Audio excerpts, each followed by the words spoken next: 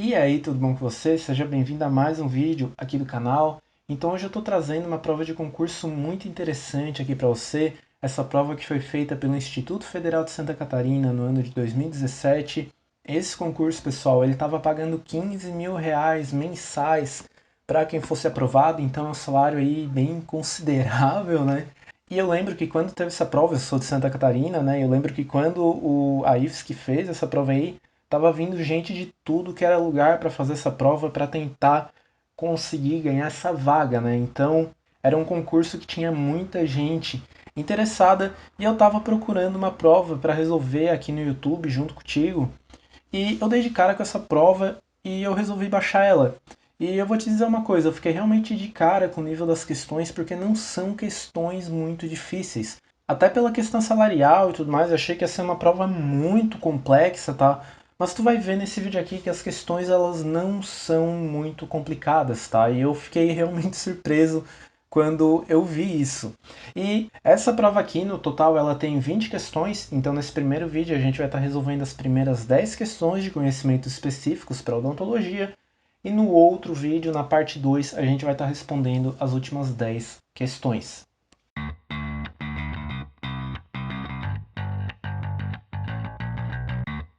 E só antes de começar esse vídeo, eu queria te convidar a estudar comigo no Arriba Dentista Premium. O Arriba Dentista Premium é um sistema de assinaturas onde eu discuto várias provas e questões de concurso junto com os assinantes. Então tem post com questões de concurso resolvidas semanalmente, tem vídeos semanais com provas de concurso resolvidas. Então é um conteúdo muito legal, é um conteúdo extra, uma extensão de tudo que eu faço aqui no YouTube. Seria muito legal ter você estudando comigo por lá também. E para ter acesso à Riba Dentista Premium é só clicar no link da descrição. E a assinatura tá mais barata do que uma coxinha de aeroporto, tá? Então confere lá que tu me apoiando, né, nesse projeto, tu também me motiva a continuar cada dia aqui com o meu trabalho. Mas então, vamos agora para a nossa questão número 1. Vou deixar 10 segundos na tela. A hora que esses 10 segundos acabar, daí a gente já vai direto para a resposta. Se tu achar que 10 segundos é pouco, tu simplesmente pausa o vídeo, lê a questão com calma, pensa com calma, depois tu dá o play. Mas vamos lá, questão número 1, 10 segundos na tela.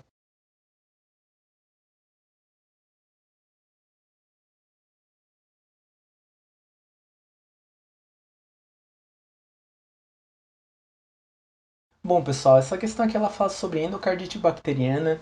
Na minha opinião, é uma das questões mais difíceis que a gente vai estar resolvendo aqui nessa primeira parte dessa prova. E para a gente saber, né, qual que é o melhor método de manejo da endocardite bacteriana, da prevenção da endocardite bacteriana, a gente tem que saber o que, que é uma endocardite bacteriana. Então, a endocardite bacteriana vai ser uma infecção bacteriana que ocorre no interior do coração, podendo afetar também as válvulas do coração. E as bactérias que causam esta infecção no interior do coração, elas podem vir da boca. Então, normalmente, né, a boca de uma pessoa tem muitas bactérias e o dentista, quando ele vai fazer algum procedimento, ele pode ocasionar algum trauma e isso pode permitir que as bactérias entrem para a corrente sanguínea. E quando isso acontece, né, em uma pessoa saudável, por exemplo, o sistema imune dá conta dessas bactérias que entraram na corrente sanguínea. Só que quando a gente tem uma pessoa que possa ter algum problema sistêmico, daí as coisas mudam e um dos problemas que podem ser causados, né, é a endocardite bacteriana. E em alguns casos, o dentista ele recebe um paciente com uma série de alterações sistêmicas, às vezes com algumas doenças também. E existem alguns casos, né, onde o dentista, para evitar endocardite bacteriana, ele pode estar fazendo uso da antibiótico terapia. E o antibiótico mais usado para prevenção da endocardite bacteriana vai ser a amoxicilina, 2 gramas, 1 hora antes do procedimento, né? Isso é conhecido como dose de ataque. Além disso, caso o paciente seja alérgico à penicilina, a gente também pode estar fazendo uso da clindamicina, 600 miligramas, 1 hora antes do procedimento, da cefalexina, 2 gramas, 1 hora antes do procedimento, e também a azitromicina, um antibiótico macrolídeo, pode estar sendo usado aí nesses casos, né, para profilaxia antibiótica, a azitromicina que seria usado na dose de 500 miligramas 1 hora antes do procedimento também em pacientes alérgicos às penicilinas. Mas uma dúvida muito comum, né, é quando que o dentista deve fazer essa profilaxia antibiótica. Bom, quando tu receber um paciente no teu consultório, claro, tu vai fazer a anamnese desse paciente, tu vai avaliar ele clinicamente e tudo mais, mas durante a anamnese, né, tu pode analisar a presença de algum problema que possa ocasionar em uma endocardite bacteriana. E existem pacientes de baixo risco, de médio risco, de alto risco, e hoje se sabe, né, que a endocardite bacteriana é mais indicada para os pacientes que apresentam um alto risco do desenvolvimento dessa condição, que vão ser pacientes com uma história prévia de endocardite bacteriana, pacientes com doenças cardíacas congênitas, pacientes que possuem válvulas cardíacas protéticas, pacientes que já receberam um transplante cardíaco e eles tiveram um quadro de valvulopatia. Então a gente vai ter essas condições que caracterizam esses pacientes como alto risco. E existem alguns procedimentos, né, que vão exigir a profilaxia antibiótica antes do dentista fazer eles, que vão ser principalmente as exodontias, cirurgias periodontais, a anestesia intraligamentar, raspagem, polimento e alisamento radicular, cirurgia de implante, reimplante dental. Quando se faz uso de bandas ortodônticas, a gente também pode estar fazendo essa profilaxia antibiótica, mas procedimentos como as restaurações com sem fio retrator, anestesias, exceto a intraligamentar que eu já citei, obturação endodôntica, colocação de pino intracanal, registro de mordida, fluoroterapia, radiografia, tá? Nada disso precisa de profilaxia antibiótica. E tudo que eu falei aqui, né, já é meio que suficiente para a gente matar a nossa questão. Então, pacientes com história pregressa de endocardite bacteriana é indicado o uso de profilaxia antibiótica. Raspagem subgengival é um procedimento que necessita sim dessa profilaxia. Pequenas restaurações não vão ser indutores de endocardite. A febre reumática com uma disfunção valvar vai ser um procedimento de risco para endocardite bacteriana, tá, pessoal? É indicado sim a profilaxia nesses casos. Febre reumática que pode trazer acometimentos cardíacos e por isso também vai estar indicado o uso de antibióticos nesse caso. Em situações de baixo risco de endocardite bacteriana, a gente não vai estar utilizando profilaxia antibiótica, como eu já falei, né? Essa profilaxia antibiótica vai ser indicada mais para os pacientes de alto risco. Então, a resposta correta para a nossa questão número 1 vai ser a letra C. E agora vamos para a nossa segunda questão. Vou deixar 10 segundos na tela.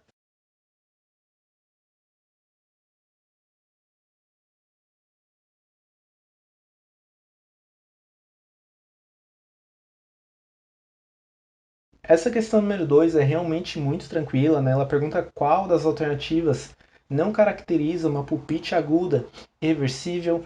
Então, o aumento da dor pelo calor, uma dor espontânea contínua e intensa, uma dificuldade para identificar o dente acometido pelo paciente, né? Uma dor difusa, e o alívio da dor pelo frio vão ser características sim da pulpite aguda irreversível. É um tipo de pulpite que ela não alivia com o uso de analgésicos, e nesses casos, para o tratamento da pulpite aguda irreversível, a gente deve estar fazendo uso de uma pulpectomia, mas essa condição não vai ter nada a ver com a mobilidade dental. Inclusive, aqui eu estou trazendo uma das tabelas que eu disponibilizo para os assinantes do Arriba Dentista Premium, que tem aí algumas diferenças entre a pulpite irreversível e a pulpite reversível, né? E tu pode ver algumas diferenças entre essas duas condições, é algo muito importante que cai com muita frequência em provas de concurso, né? E ali na pulpite, que é reversível, tu vai ver que a gente pode ter uma dor intensa, mas essa dor vai ser localizada e ela é provocada, ou seja, ela desaparece com a remoção do estímulo e essa dor ela vai aliviar com analgésicos e pode ser desencadeada por um estímulo frio. E o tratamento da pulpite reversível vai ser simplesmente a remoção do estímulo irritante ali para o dente, tá, pessoal? Então fica essa curiosidade, fica essa diferença entre esses dois tipos de pulpite, é algo que tu tem que saber para a prova de concurso, é algo que cai direto, tá? E por isso achei essa questão, apesar dela ser fácil, né, uma questão bem legal aí da gente estar discutindo. E agora vamos para a nossa terceira questão.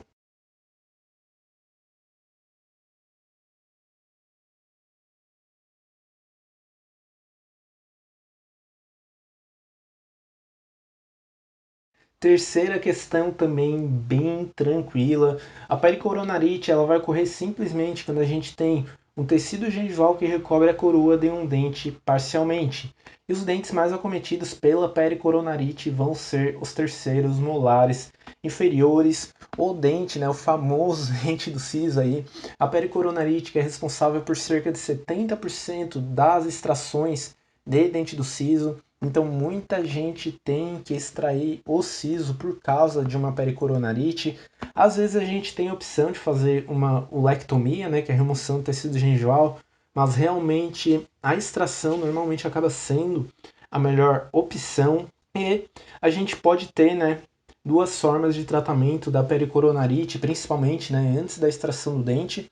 Então, se essa pericoronarite apresentar apenas sintomas locais, como por exemplo um sangramento, uma vermelhidão, um inchaço, né, sintomas da inflamação, a gente pode estar resolvendo essa dor, essa inflamação, simplesmente com uma limpeza da região e uma irrigação ali, né, do tecido gengival, entre o dente e o tecido gengival, com o uso de clorexidina ou água oxigenada. Isso vai ali remover aquelas bactérias que estão naquela região, os restos de alimentos que estão naquela região, e vai trazer um alívio bem considerável para o paciente. Mas caso essa pericoronarite traga alguns sintomas sistêmicos, né, como por exemplo a febre, daí a gente tem que associar esse tratamento local que eu falei agora, junto com o tratamento sistêmico que normalmente envolve o uso de metronidazol 400 mg.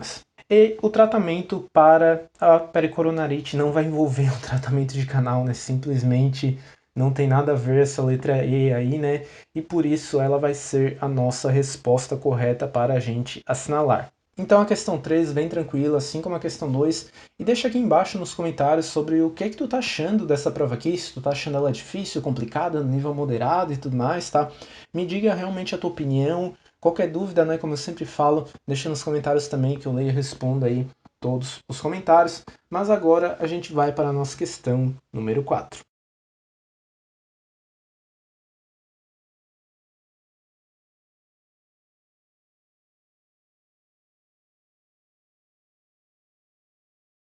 Todas as alternativas da questão 4 são lesões brancas, então elas fazem um diagnóstico diferencial entre si, né? Existem características específicas que vão diferenciar cada uma delas, e a principal característica para a diferenciação da candidíase pseudomembranosa e de todas essas outras lesões é que a candidíase pseudomembranosa vai ser uma lesão que é removida por raspagem.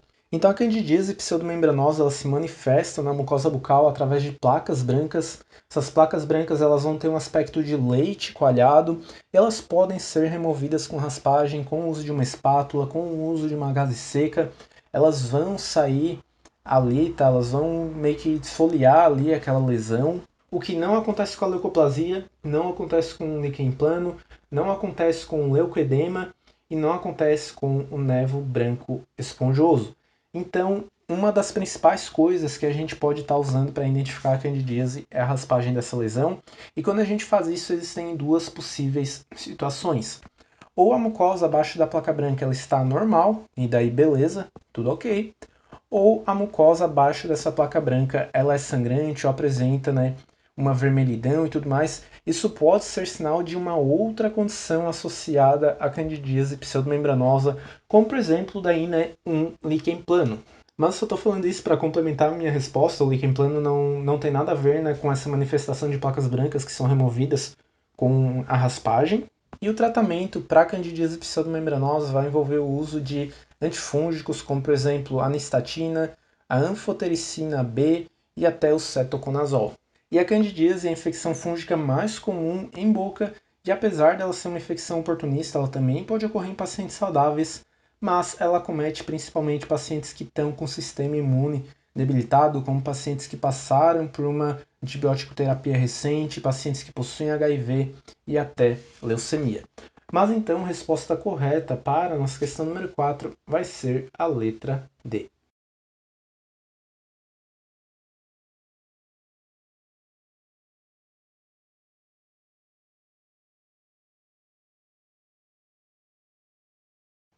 Então, pessoal, a gente chega na questão mais difícil desse vídeo aqui, na minha opinião, não só desse vídeo, mas de toda essa prova, né, aqui do IFSC, é um assunto que, se eu for me estender nele, né, eu vou ficar a noite toda aqui, né, e dá para escrever um livro sobre isso, tá? Mas vou explicar ele de uma forma mais superficial, de uma forma que tu entenda, e às vezes até de uma forma um pouco grosseira, tá? Mas eu não quero realmente deixar essa resposta com 20 minutos. Mas um primer, que é a substância aplicada antes da aplicação do adesivo, e muitas vezes o primer ele está contido no adesivo, né? Quando ele não está contido no adesivo, a gente pode ter a aplicação de sistemas adesivos, né, de mais de um passo, é algo que tu aprende lá no início da faculdade, em materiais dentários, mas esse primer ele vai conter alguns solventes. Existem 3 solventes que podem ser usados nesse primer: a água, a acetona ou o etanol. E cada um desses solventes vão ter as suas vantagens e as suas desvantagens. E a principal função da gente ter essas substâncias junto com o primer é que os solventes deixam o primer mais fluido e também vão ajudar na remoção da água que tem na superfície dentinária.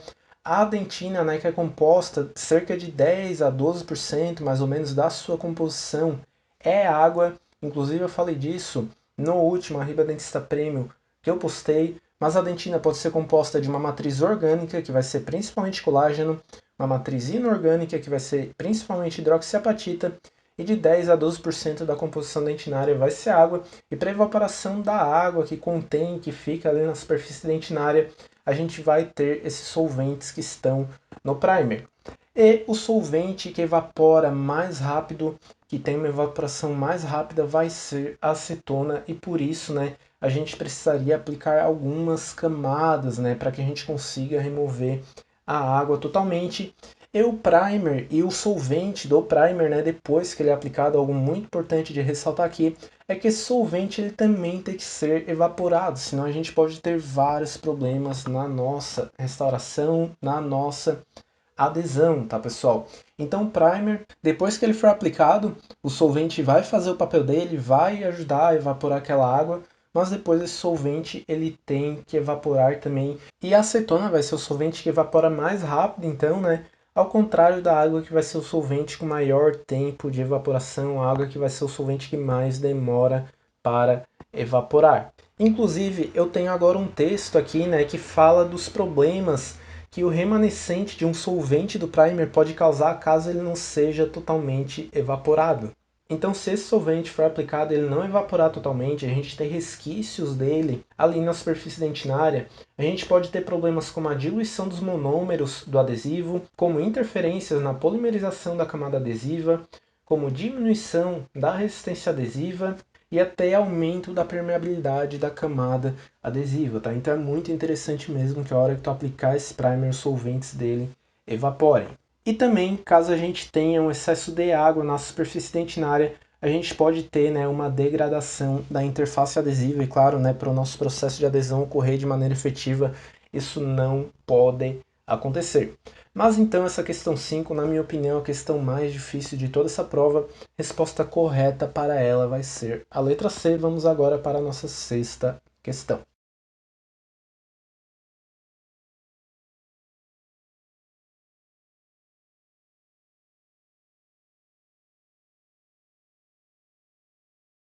Essa questão aqui também é uma questão um pouquinho complicada, é aquele tipo de questão que, caso tu tenha revisado o assunto recentemente, tu vai conseguir responder, mas se faz um tempo que tu não vê esse tema, né, tu provavelmente vai ter dificuldades para responder essa questão.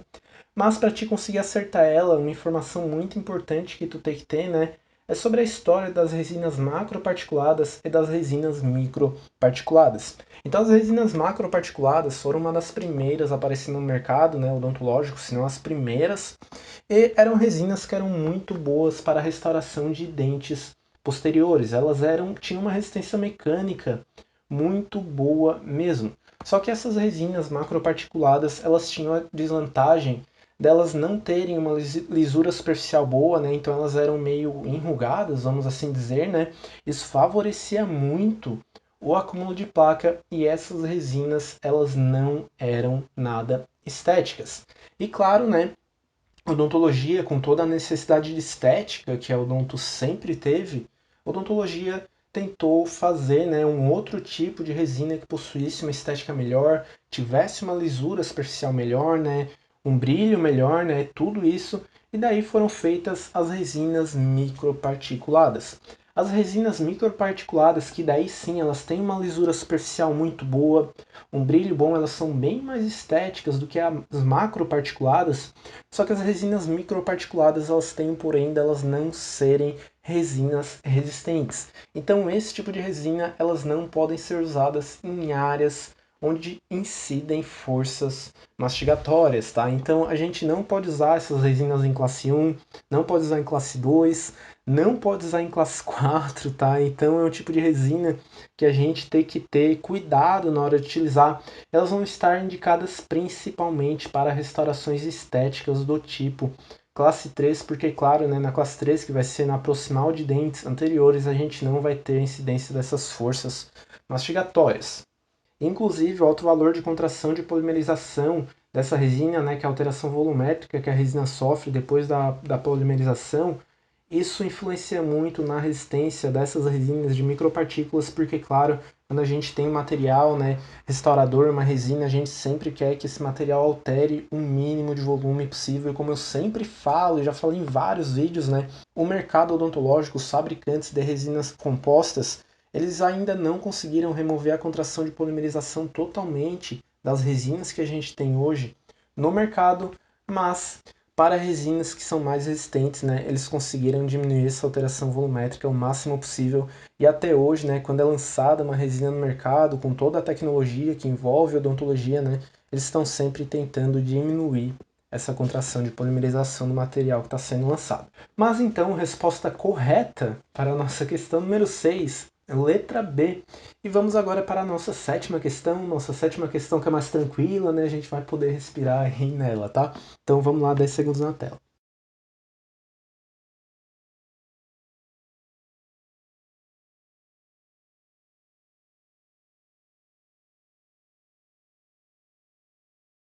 Bom, essa questão envolve a anatomia geral lá do início da faculdade, né? Às vezes a gente revê isso na oclusão e tudo mais, tá?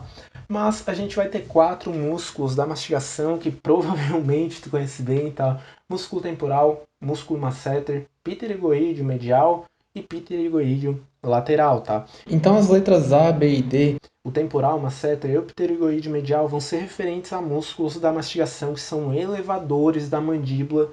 E o pterygoídeo lateral, né, vai ser um músculo da mastigação depressor da mandíbula. Isso é algo que tu tem que ter em mente, porque é algo que também é cobrado, tá? Já vi algumas questões perguntarem, quais são os músculos elevadores? Quais que são os músculos depressores? Tu tem que ter isso na tua cabeça. E é interessante, às vezes, também saber a origem e a inserção de cada músculo, tá? Antes de ir para uma prova de concurso, porque isso pode estar caindo também. Mas o músculo mentoniano, ele não é considerado um músculo da mastigação e por isso vai ser a nossa resposta correta.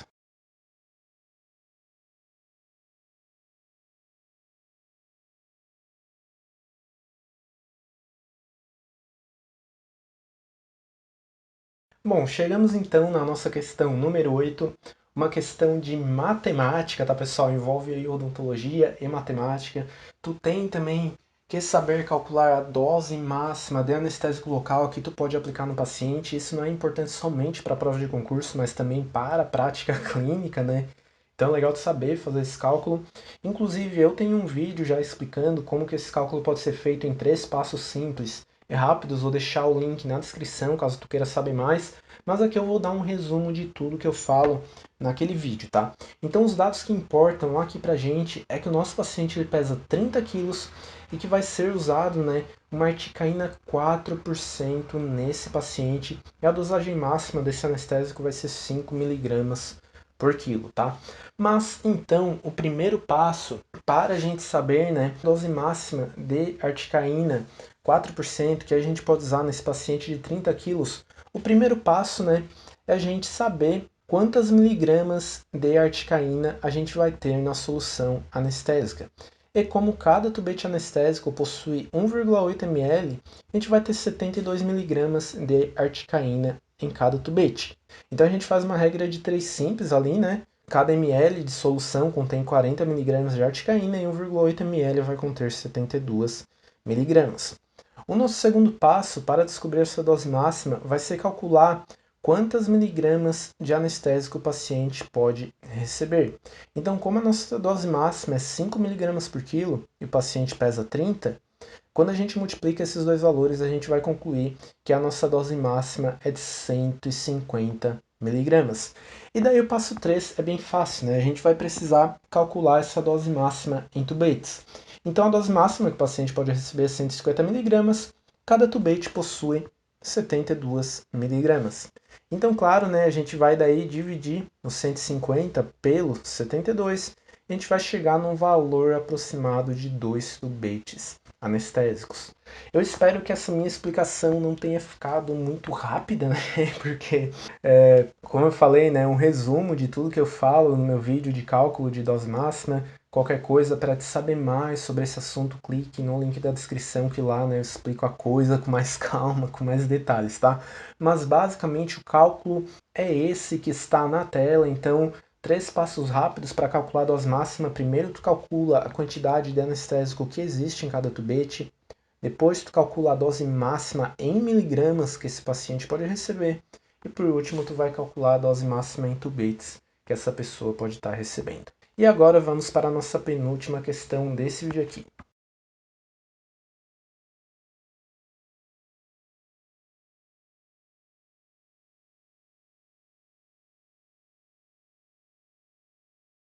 Questão 9 também muito tranquila, tá pessoal? Então as letras A, B, C e D vão ser alternativas verdadeiras, é algo que tu pode até estar anotando aí no teu material. E a letra E é a nossa alternativa incorreta, que a gente deve assinalar aqui, porque a remoção da cárie com uma restauração não vai impedir a recidiva da doença, né? Então se a gente fizer uma restauração, remover a cárie, fizer uma restauração em uma pessoa e essa pessoa continuar, por exemplo, comendo chocolate o dia todo, escovar o dente só quando acorda, passar fio dental uma vez por ano, sabe? Então, se uma pessoa restaurar o dente, tiver uma cárie e restaurar o dente, continuar com esses hábitos ruins de higiene bucal, né? A gente pode ter sim uma recidiva da lesão de cárie.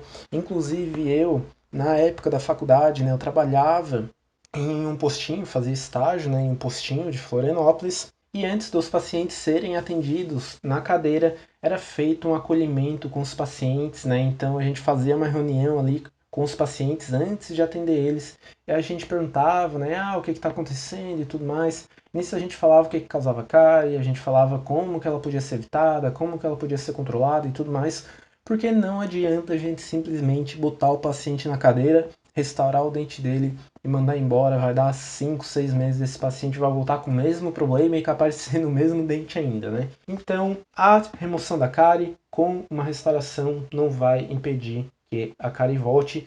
E isso, né, é um dos principais desafios da odontologia nos dias de hoje. A odontologia que já foi, né, já teve um foco restaurador, hoje tem um foco muito mais preventivo. Então a gente está sempre tentando evitar que essas lesões de cárie apareçam. Então, questão 9, muito tranquila, tá pessoal? E agora a gente vai para a nossa última questão, questão número 10.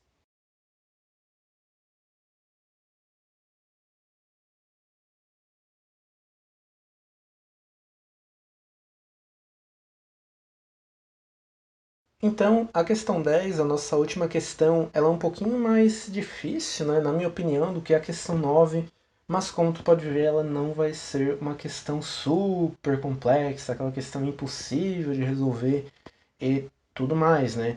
Inclusive, na classificação das doenças periodontais de 1999, a gente tinha as doenças gengivais e a gente possuía, no meio dessa classificação, as doenças gengivais modificadas por fatores sistêmicos. Esses problemas na gengiva, essas doenças gengivais, elas ocorriam principalmente quando a gente tinha uma presença de placa bacteriana com a presença desse fator sistêmico. E a gente tinha a doença gengival associada a fatores hormonais. Então, por exemplo, a gente tinha a doença gengival associada à puberdade, associada ao ciclo menstrual, associada à gravidez. Então, na gravidez, a gente tinha até a possibilidade de desenvolvimento do granuloma piogênico. A gente tinha também a gengivite associada ao diabetes mellitus, tá? Então, tudo isso vão ser coisas que vão modificar, né, a gengivite. E no meio dessa classificação, lá para o final dela, né, a gente tinha também as gengivites associadas a discrasias sanguíneas e, claro, incluso no meio disso está a gengivite associada à leucemia. E por isso, né, todas as alternativas desta questão aqui são corretas e a nossa resposta vai ser a letra A. Mas então, por hoje era isso, finalizamos mais um vídeo aqui no YouTube. Qualquer dúvida que tu tiver, é só deixar nos comentários. Também me fala aí o que tu achou dessa prova, né? Como eu disse no início do vídeo, na minha opinião, é uma prova que não foi muito difícil, principalmente por causa da questão salarial e tudo mais, né? 15 mil reais. Eu achei que essa prova ia ser muito mais complexa, tá? Então deixa nos comentários a tua opinião sobre o que tu achou dessa prova aqui. Se o meu conteúdo fez sentido para ti, se inscreva no canal e também vem estudar comigo, né? No Arriba Dentista Premium, o conteúdo de lá tá muito legal, tá um conteúdo exclusivo e com certeza vai ajudar você bastante, não só você que quer passar em concurso público, né, mas também você que está em contato direto com a prática clínica, porque existem várias coisas que a gente discute no vídeo que são importantes para qualquer dentista. Mas então, muito obrigado por ter me acompanhado até aqui e eu te vejo no próximo vídeo na semana que vem, que a gente vai estar respondendo as últimas 10 questões dessa prova. Então, até a próxima e tchau, tchau!